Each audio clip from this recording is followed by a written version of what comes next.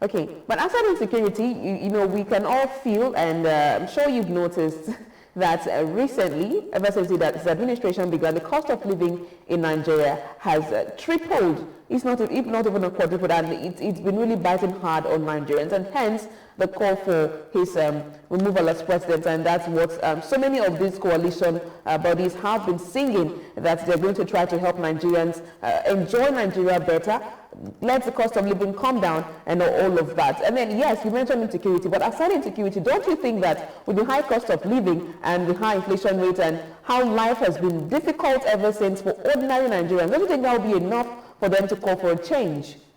Now, when you talk about high cost of living, yes, I'm telling you 95% of high cost of living is caused by Nigerians. And I have my reasons. A typical Nigerian buys something at naira, want to sell it 200 naira. A typical Nigerian want to buy something at 5,000 and sell it 20,000. The fuel increase when it was decreased at the pump price, the marketing structure. If the fuel price dropped, the answer is no. Then a lot of things we do, we tie it down to dollar rate. Imagine somebody farming sugar and he doesn't buy fertilizer and other food. Somebody farming pepper. When he takes it to the market, he tell you that he's selling it on a high rate because of the high dollar price.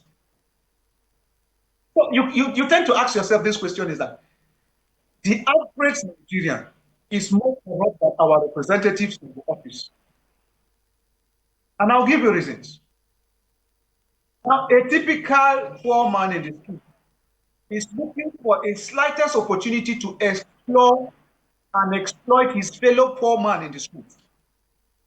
The only thing I will blame government is that they are unable to regulate what we call price control. And that is why the inflation keeps on skyrocketing.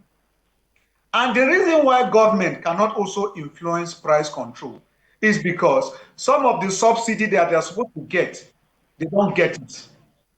And I'll give you an example. Somebody living in the north down to the south.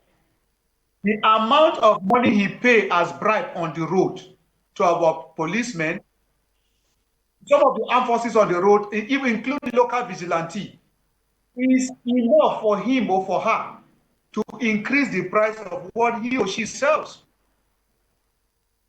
So there are a lot of bottlenecks attached to the reason why inflation rate is tripling on a daily basis. We have the human factor, we have the transportation factor, we have even the local marketers / the middlemen, because the middlemen are the problem of the recent increment of every prices of goods and services in Nigeria. Because some of us, if we have direct access to producers, there will not be a chances of the increment of the daily basis. Imagine buying a paper, a bowl of paper, maybe 600 naira today. In 3 days' time, come back, be preparing for 1,000 naira. Why? Because somebody who went to the village and buy it at the rate of 6 comes in to sell it 600.